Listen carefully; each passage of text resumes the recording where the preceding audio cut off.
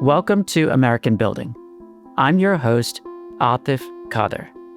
Join me as we explore the skylines and strip malls, the crosswalks and rail crossings, the balconies, the buildings, and the boroughs shaping the next generation of real estate.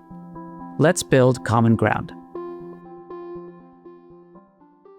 Today, our guest is real estate developer Michael SHVO, the founder, chairman, and CEO of SHVO. Michael began his career as a real estate broker and then art collector. With financial support from international investors, he evolved into a real estate developer. Since 2004, he has purchased and developed ultra-luxury residential, hospitality, and commercial properties around the country. He has particular interests in transforming iconic and historic buildings and blending art and fashion as part of that process, all of which we will touch on today. He is also a frequent guest on network news, including Fox Business, Bloomberg, and CNBC. SHVO is a real estate development company based in New York City. It currently oversees $8 billion worth of real estate across the country, including the iconic Aman, New York, the Red in Chicago, the Raleigh in Miami Beach, and the Transamerica Pyramid in San Francisco, which is the focus of today's interview. Thank you so much for being here with us, Michael. Michael, your start in the real estate industry reads like a Horatio Alger novel. Tell us about how you became a real estate broker and what you learned in that process. So, I came to America from Israel in 1995, really, $3,000 in my pocket after being in the army and getting kicked out of high school. I didn't really know what I wanted to do. I did a bunch of things. And then a woman by the name of Rosalind Scott was the leasing broker in the building that I lived in, told me you should be a real estate broker. Now, I knew nothing about real estate. And she arranged for me an interview with the guy that was managing one of the Douglas Sullivan offices. He interviewed me. He did not want to hire me, but he did her a favor by giving me a job. 5 years later, I was the number one residential broker in the United States, right? I worked, 18-hour days, used to show 40 apartments a day, and I was the expert in kind of apartments that are less than $2,000 a month because nobody wanted to handle those tenants. So anybody that had people that they didn't want to handle, they'd send them to Michael SHVO. And that was kind of how I got my start in the residential brokerage business. At some point, when I started selling as an outside broker new development, I realized that new development is being marketed in a very poor manner. It was done with kind of plastic renderings on the wall, some plastic model that lights up. It was very primitive, in my opinion. Particularly when at the time Time Warner was the leading development that's being sold with $1 billion of sales, and they invested nothing in the experience. So I decided to go start SHVO Marketing, which was eventually became the leading real estate marketing firm in the world. We did $15 billion worth of sales in the United States, in the Middle East, in the islands, and the way that the DNA there was, I hired a bunch of people from the luxury brand industry. So people that worked for Bergdorf and for Chanel and for Gucci and people that for Brioni that understand how to market luxury, right? Luxury, it not how to market real estate. And my first project, 20 Pine, was something that totally changed the market because I went to Giorgio Armani. I asked him to design a building for me. And at the time, Armani said, I'm a real estate developer. I'm a fashion designer. What do I know about real estate? I ended up convincing him after 6 months to design a building for me, and that changed the landscape of real estate in the world, right? That started the branded buildings. That started that whole experience where real estate is not just four walls, a kitchen, a bathroom. It's an experience. And then, as you're familiar, endless brands came into real estate. I'm credited for marrying fashion and real estate, and that was kind of my first contribution really into the market. And from there, at some point, I decided to retire. I thought the world's coming to an end. I give a speech for the board of Hilton in the end of 2007, and I said that the market's coming to an end. They're going to beast person. It's going to have a heart attack. I ended up letting 75 out of 120 employees go in December of '07. Hmm. Lehman Brothers collapses 8 months later. And I go back to work after being retired for 5 years in 2012 as a real estate developer. And the rest is history. So you mentioned that that start in terms of a high volume game showing apartments that were less than $2,000 in New York. What did you learn from that experience, and what were the any potential mistakes that you made in that process? So, when you start, when you start as a real estate broker, you think that the most important thing is to show a customer everything that's out there. Hmm. 10 apartments, 20, whatever there is, let me show it to you. And I did the same like everything else, everybody else. What it did is it gave me an unbelievable understanding of the market. But then I realized that it's a waste of time, right? I ended up changing my strategy, and I used to show people one, two, three apartments max. I spent a lot of time up front listening to them, understanding what the customer wants, how they live. Sometimes I'd go to their home to understand their environment. And at the same time, right, at the same time, I knew the product really well because I was showing so many apartments. And the whole idea of marrying the customer, the product, is what I specialized in. So I used to spend time understanding the mindset of the customer and knowing the inventory, and sometimes showing them one apartment, it would be the perfect apartment because I actually listened to what the customer wanted and I provided the right product. This is something that my entire career then helped me, because I knew what people want. I knew how people react to different design elements, to different services, but I also knew that how important it is to listen and to understand. And today we create for people. We don't just sell them. Today we create the product, but it's the same idea. Understand the customer, understand who they are, how they think. I always say we don't start designing a building until we know who our customer is, where they eat, where they shop, their social security number, and the color of their underwear. Then we go. I'm guessing that's part of the onboarding process for any new customer is the brand, the color of their underwear, etc. I mean, it's about understanding your client thoroughly. So that's a very 100%. good point. 100%. So you have in particular heads of tenant experience for a number of your properties, which is unique amongst, say, the dozens of developers that I've interviewed on the show so far. So tell me about how they influence your strategy and the execution of your business plans. Well, I think first we need to understand the business plan.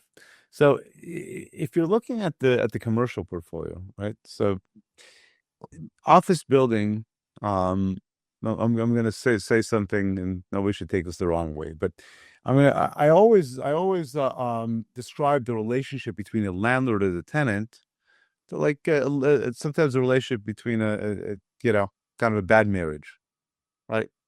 You meet a partner, you meet a woman, you take her out for dinner, you dine her, it's a whole, you do everything to win her heart, and then you win her heart, and you get married, and it's great. Then 10 years later, she says, "Honey, I want a divorce." You're like, "Why?" So because for 10 years we lived together and you really didn't do anything and you don't really care about me. And then you start again to try to do everything to win her back. That is basically how landlords treat tenants. If you're a tenant in the building, the landlord will do anything for you before you're the tenant. Once you're in the building, they forget about you. And when the lease comes to renew and you want to leave, they're going to come after you and do everything for you again. It makes absolutely no sense. We lived together for 10 years. Why for 10 years you're not treating the tenant in a way that they wouldn't even think of leaving or getting divorced? That's the basic DNA of how I think and how my company operates. We are here to provide experiences from the get-go, from the beginning, from the leasing experience to the move-in, to how we built custom space for you. It's all about giving you a hassle-free experience and making sure that within the tenancy, within that period, if you're a tenant for 10 years or 15 years or 5 years, you're so happy that you're not thinking of leaving, right? And that is focused on a very high level of hospitality, which doesn't really exist in office buildings. I know it's a big word. Everybody talks about hospitality, but these are office developers or operators that are kind of trying to implement the hospitality strategy within their portfolio. I'm a guy that comes from luxury residential and from hospitality, between Building the Aman and the Mandarin and Rosewood now, that's implementing that with those same people into my commercial portfolio. So the experience, and that's you said that's why we have people that are really focused on the experience. It's about making sure that we don't only it's not a reactive position, right? It's these guys are it's full proactive.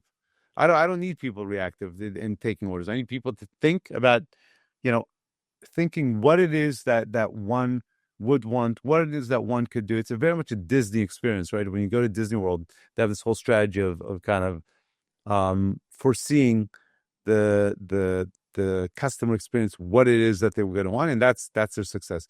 We run the business in the exact same way. And that's something that you do across your large commercial properties, right? And residential, but In residential. let's just segregate this, because if you think about the experiences, hospitality, residential, office, right? Just from a time perspective, hospitality service and experiences were always at the highest level. Residential then tried to be like hospitality, right? Slowly, but kind of they inched. Commercial was like the bastard child left behind. So today there's a lot of good developers that are creating great residential projects that are very much infused with hospitality, or they merge, or they have a hotel component. On the commercial side, there's nobody.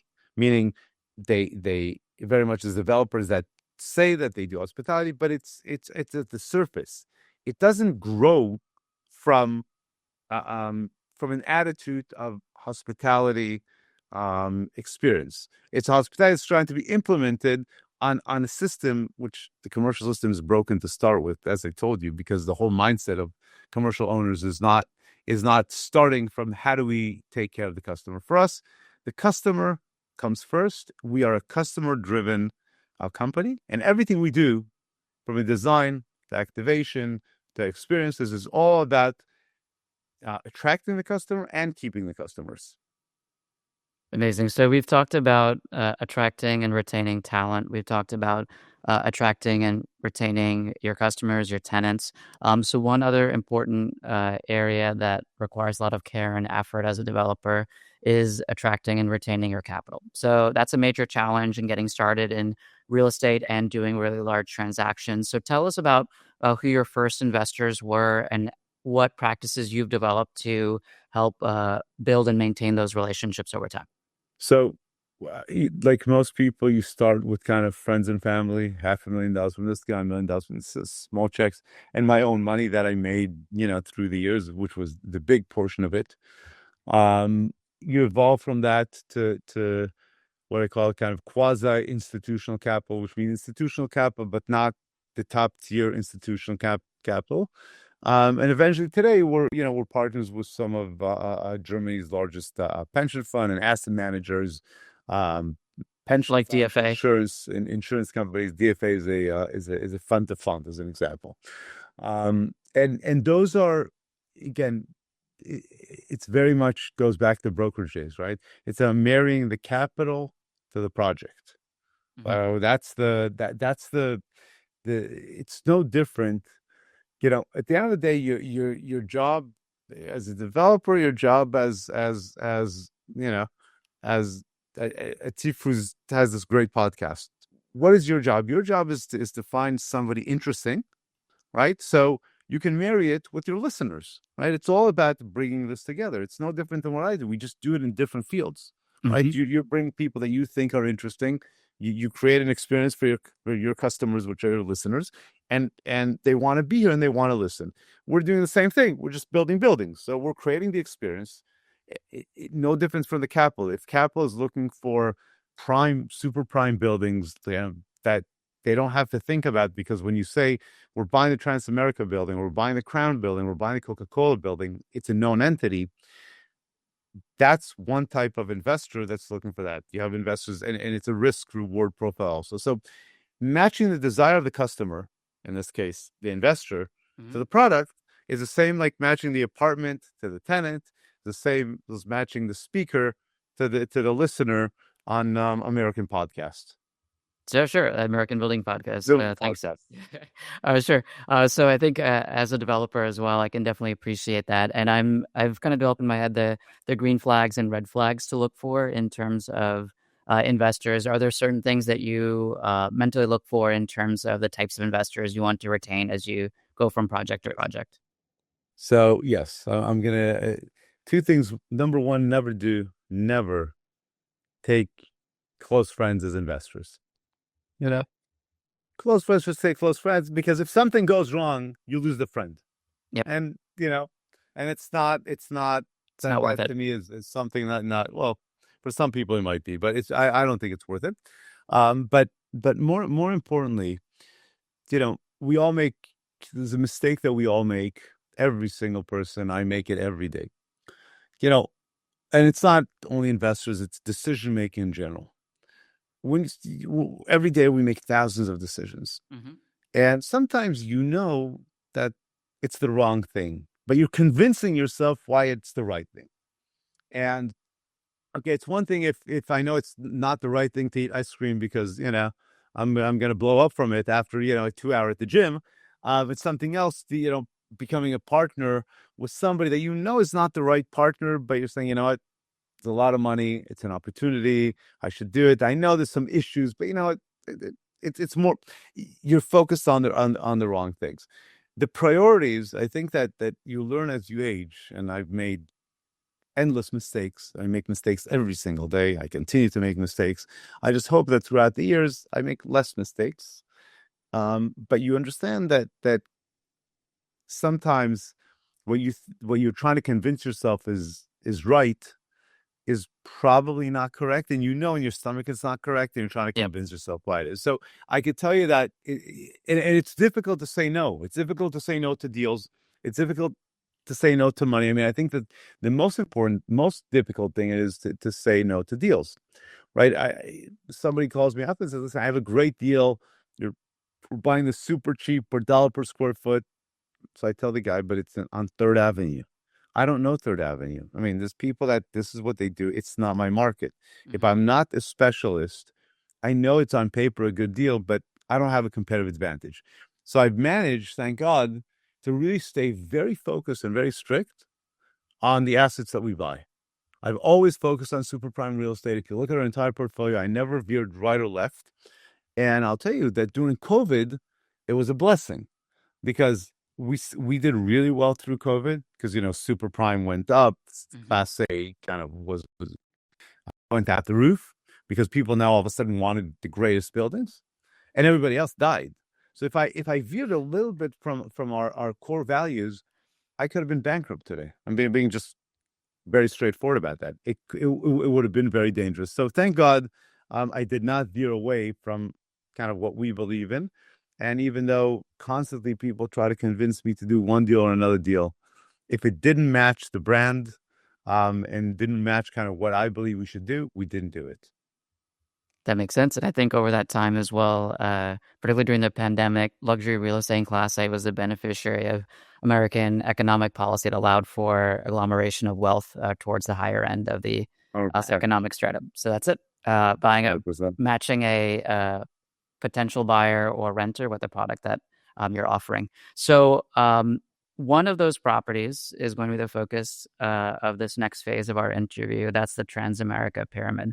So let's shift gears. This is a 48-story tower, and it was originally designed by architect William Pereira and built by the insurance and investment management company Transamerica between 1968 and 1971 as its headquarters in San Francisco's financial district. So, what stands out to you about the building from its past and what attracted you to it? Well, you look up. I mean, it's one of the almost one of the most beautiful buildings in the world, in my opinion. It's an architectural marvel. When you stand next to it, it looks like a little triangle. It's not overbearing. It's light in the sky. It's a brilliant building. It's a brilliant architecturally. It's a brilliant engineering building, and It's brilliant from a product perspective because no two floors are the same, right? So think about it. You're not competing with yourself. Traditional office buildings, here's a 20,000 square foot floor plate, and I'm doing it 40 floors. So I'm competing with myself every time. Or now I had to start chopping floors. Here, Mhm. every single floor is different. So if you want 5,000, you go to the upper tier. If you want 20,000, you go to the lower tier, etc. So there's inherent marketing value just by the sheer shape of the building. But the building has so much history. This building always was kind of the beacon of hope for San Francisco. It was extremely controversial in 1969 when it was built. And when it was proposed, it was opened in 1972. And there were protests on the street. And we just opened an exhibition in San Francisco of a time capsule that we found 50 years later. And it has all these articles and letters and stories and videos of the time that this building was built. Because there were protests. I mean, we have videos of Dianne Feinstein standing protesting on the street against this building. She was much younger. But in the late 1960s, I don't know any building in the world, maybe the Eiffel Tower, that had that kind of initial reaction. But then when it was Sure. built, it became an icon. And it became the most beloved building. But for me, the opportunity of the pyramid was really amazing because it's a building that was, it's the most famous building on the West Coast, one of the most famous buildings in the country, but nobody goes there. And I always say I want this building to be as famous from the inside as it is from the outside. And that was the mission statement for us when we bought the building. We bid on this building against 44 different bidders over 6 months of bidding, and thank God we won the bid. We were awarded the building. We got a letter from Transamerica Corporation saying we decided to award SHVO the building because we believe that SHVO would be the best steward of our brand. And that is, there was a huge compliment for me because they believed, and I think today they understand that. They believe that because of our experience in developing luxury residential and hospitality, we would create an experience there. We presented to them our plan that is bar none. Now, why does the seller care about it? They care about it because their name stayed on the building. It's still a Transamerica Pyramid. It's not a SHVO Pyramid. So with that, while they don't have a financial interest in it, they have a brand interest because if somebody bought the building and messed it up, it would negatively affect their brand. They were blown away by what we did, obviously. And I can tell you that they couldn't have been happier with the results after, 3 years of remastering this asset. So you touched on the initial opposition to this building, and looking back at news articles and information from that time, it seemed that the opposition to the building was kind of all over the board. It was about the design of it, how the shape of it was so different than the classic Victorian painted ladies that were so common in San Francisco. The height, so originally it was planned to be 853 feet tall, and I believe it's shorter than that in its final form. The height of it was an issue in terms of blocking views from Nob Hill. And then even the base, you mentioned the connection to the public around it, the X-shaped steel bracing, which was necessary in order to brace the building to its foundation, also is relatively unusual and unique. And then finally, it was the financing, the tenant mix, like everything was a reason for people to complain. But I think you brought up a great example with the Eiffel Tower as well. But the most amazing thing, when you look at the construction hoarding from 1969, it said on it, a San Francisco landmark since 1972. They put that in 1969. What guts you had to do that, right? That just shows you who Transamerica Corporation was and is. And they had this unwavering kind of, conviction that what they're doing is correct. Look, the most controversial thing was eventually the shape. Yes. Right, the shape of the building was people didn't understand, but today you understand the brilliance of the shape. The shape was two things. Number one, it brings the most amount of light to the street, right? Because it's not blocking. It's because of the tip on the top, the narrow shape on the top. It lets sunlight come to the street. On the other hand, it's also the most stable shape for earthquakes. So for seismic movements. So those two things were obviously, today looked at kind of after the fact, how brilliant they were. What we've done, so we take the building and my thesis about this was really simple. people want to be in one of two things: a brand new glass building or a historically important building that operates like a brand new building. What you don't want is an old building that operates like an old building. And that was what Transamerica was. Transamerica Pyramid was when I purchased the building.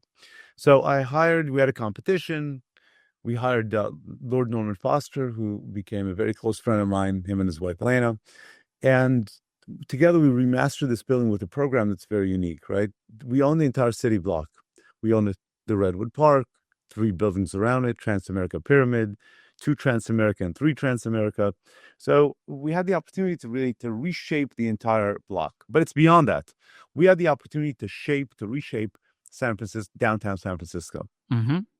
I'll tell you a funny story. When I bought the building, people told me, the building is on the wrong side of downtown. I said, guys, I don't know. I don't think I can move the building. But you can't move downtown either. So. That's true conversation. I said, but it's a Transamerica Pyramid. We're going to make this center of downtown. And people telling me, but you don't understand. You're from New York. It's on the wrong side. I said, okay, I got it. I can't move it. Sure enough, today that whole area is now called the Pyramid District. And that entire area became the heart of downtown San Francisco. Between, as I say, the area is the most lively area with the most amount of shops. Obviously, you have Johnny Ives that has a big investment in the neighborhood, and together we've created something that everybody thought was impossible, which is bring back life to downtown San Francisco. We did it by 2 things. One, at the ground plane, I opened the entire building to the public, which means the park, the restaurants, the lobbies, the cafes, it's all open to the public. While we own it and it's private, I opened everything to the public so you can come. And we're encouraging people to come, not just because they work there, but to come and experience there. We have a cultural program that every 6 months we have new exhibition at the park, a sculpture park. We have different architects. We had a Lalande show. We have a Max Ernst show that just opened. We had the Norman Foster Vertical City exhibition. We have the Eames Institute that has an exhibition now there. So we have constant exhibition, concert, music, all to give people a reason to come to downtown, because it's unbelievable to be in the middle of the Redwood Park and listen to music, or come there and stroll the park between different sculptures. It didn't exist in San Francisco, and it definitely didn't exist in downtown. That is on the ground plane. Above that, all right, we've elevated the building to the highest standards of office building. Norman Foster is kind of the god of office design, and the offices on top are beyond being the premier offices in San Francisco. The Transamerica Pyramid today is the 3rd most expensive building in America to lease space in a market that everybody said is finished, in a building that everybody said is old and in the wrong side of town. But today we've rented spaces there almost at $300 a foot. The only place in America that got these rents is New York City, and the only 2 buildings is 1 Vanderbilt and 425 Park. So when you think about that whole idea, they've taken a historic building in San Francisco with all the negative, with all the headwinds, with all the challenges, and managed to create kind of something that's so unique that people will pay almost anything to be in. Shows you that, if you understand the customer and you create the right thing, they're going to come there. Now, let me take you back 20 years. We started this when I told you that our competitive advantage, and my competitive advantage, is simple. I understand the customer. Not because I'm some genius. I got kicked out of high school. But I took so many people by the hand to see real estate that I got that experience on how people think. So, when young kids come for advice and reach out, and I meet everybody. I have kind of an open door policy. Once a month, I meet everybody that wants to come and talk and get advice. And I always say, they ask me, how can I start? I said, I can't tell you how you can start, but my experience was being a real estate broker gave me such a great insight to what people want. You could be a commercial broker, you could be a residential broker, but you got to be in the customer side if you want to create products for a customer. You can't think that you're going to sit in an office and think, I know what people want, or listen to some third-party broker. Okay? Totally. You got to know yourself if you're going to go put money. And when I go to raise money, that's what that is exactly my competitive advantage. So, when you were initially bidding on this property and you were underwriting it, Yeah. there were certain problems and opportunities that you wanted to capitalize on. So, you laid out some of the opportunities in terms of its location, in terms of its iconic shape. What were some of the challenges that you made sure to take a close look at during that due diligence process? Okay, so sure. Look, the I'll tell you, I'll tell you something that popped up that we didn't look at. So, we signed a contract to buy the building. Part of it is that you have to go and do kind of a search for any open permits. So traditionally, you Hmm. buy a building, there's, I don't know, 10 open permits, 12 open permits. I get a call from my lawyer, so we have a problem. I said, what's the problem? He said, there's 600 open permits in the building. There's permits that were never closed since 1972. Now, we're in COVID. The building department is closed. For 9 months, we couldn't close on the property because there were all these permits. And COVID happened, and the lender walks on us, and disaster happens, and we persevered. So I think that anything that I could have thought, okay, anything that I could have thought that could go wrong, it went wrong a lot worse. Not because of anything, because COVID hit, and COVID Sure. just messed everything around. And I had to make a decision. Do I still believe in San Francisco? Do I still believe that people will come back to work? And do I still believe, right, in this property, even with COVID, which was the big unknown? And, you know, and I was, you said in your opening here that, frequent visitor on Bloomberg and CNBC and Fox. I was like the one holding the flag saying, no, you guys don't understand. People will come to work. Work from home is not a sustainable strategy. And San Francisco is going to come back. It's one of the greatest cities in the world. And I'll tell you how I knew that. It's not that I just, this was not with some epiphany that, or just a gamble. So I started by telling you I'm a religious Jew. And I study the Bible every day, and part of it is that that is for me like the manual. When I don't know what the answer is, I go back to the Bible, and I give an interview in the middle of COVID, to The Real Deal, and and the publisher there asked me, so what's going to happen with COVID? I said, hold on.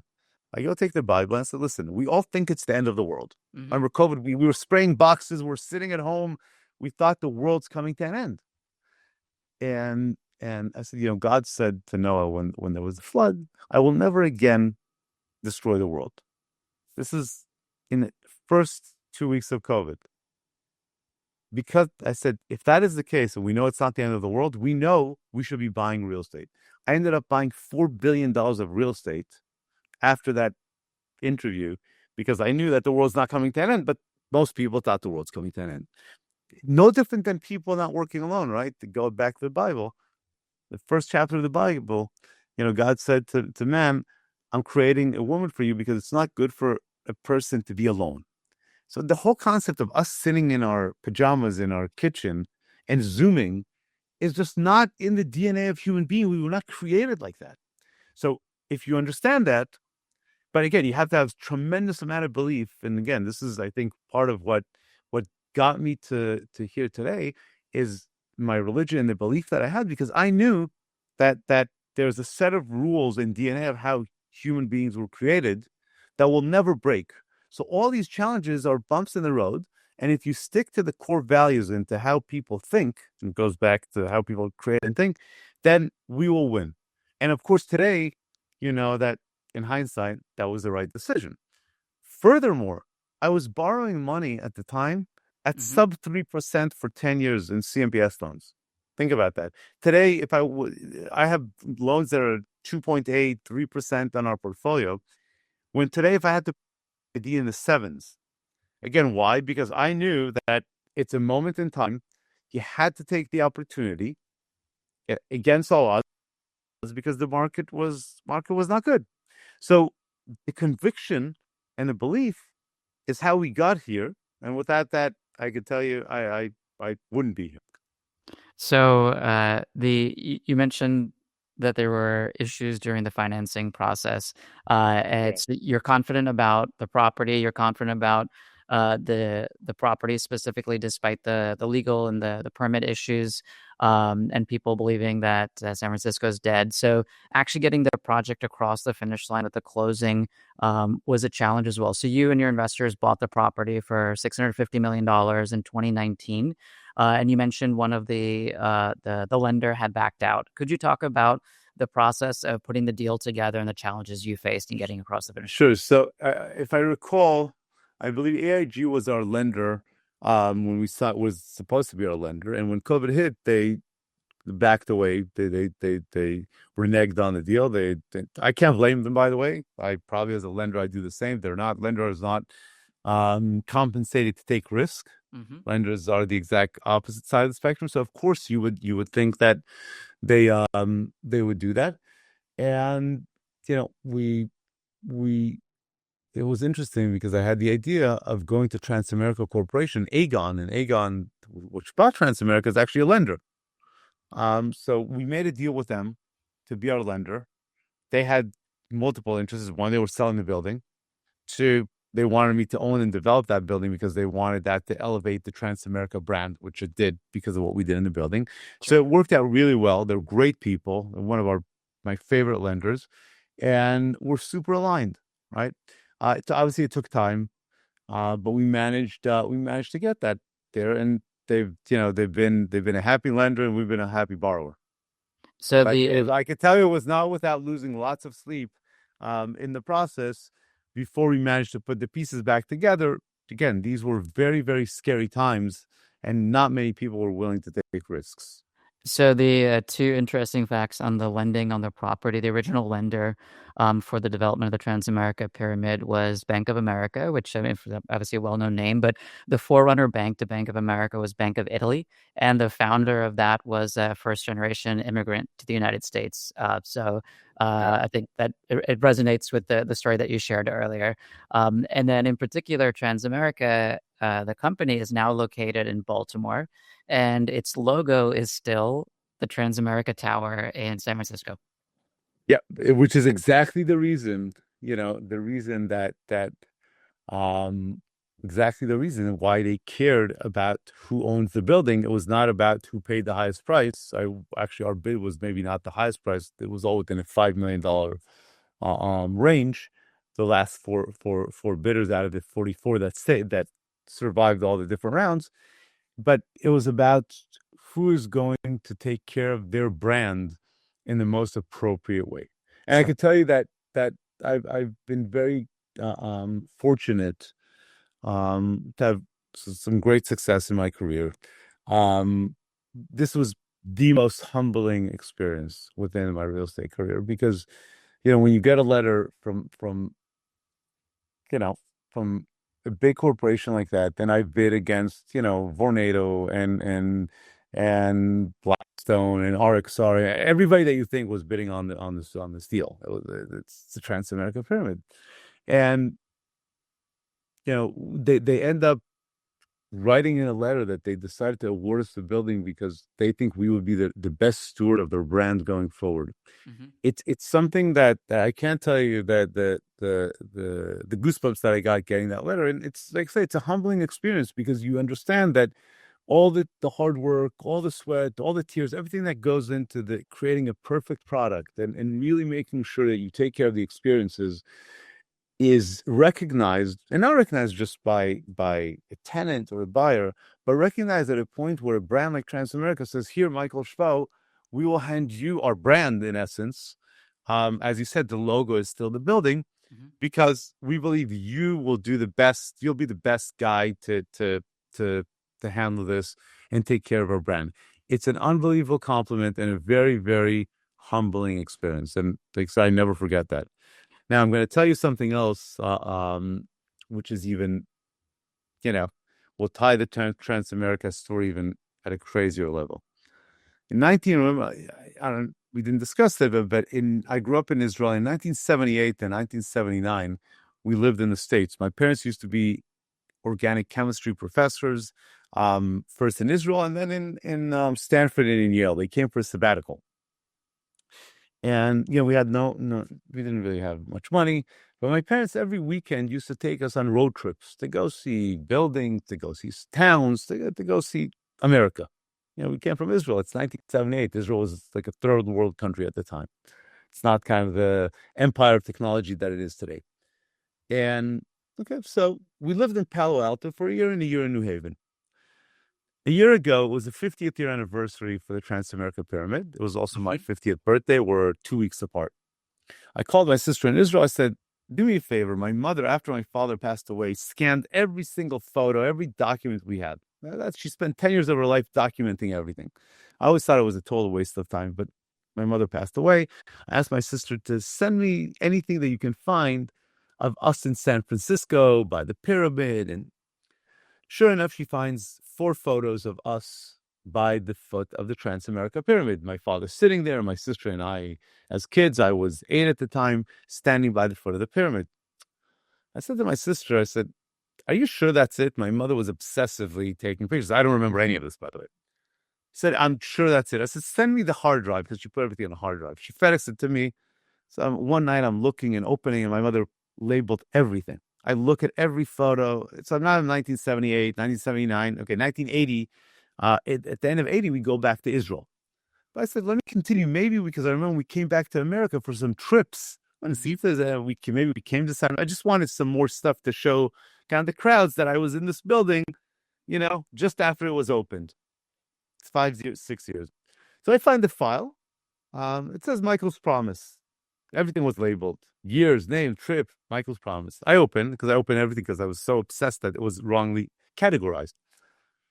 And it's not a photo, it's a PDF. I double click on the PDF. I see a scan of a drawing that I made in 1981 of myself next to the Transamerica Pyramid. Okay. And it said in Hebrew, kind of, I want to be a teacher. This is a school. Basically, for me, what it was is it symbolized, just after we came back from Israel, the Transamerica Pyramid for me as a kid, and you can see that symbolized the American dream.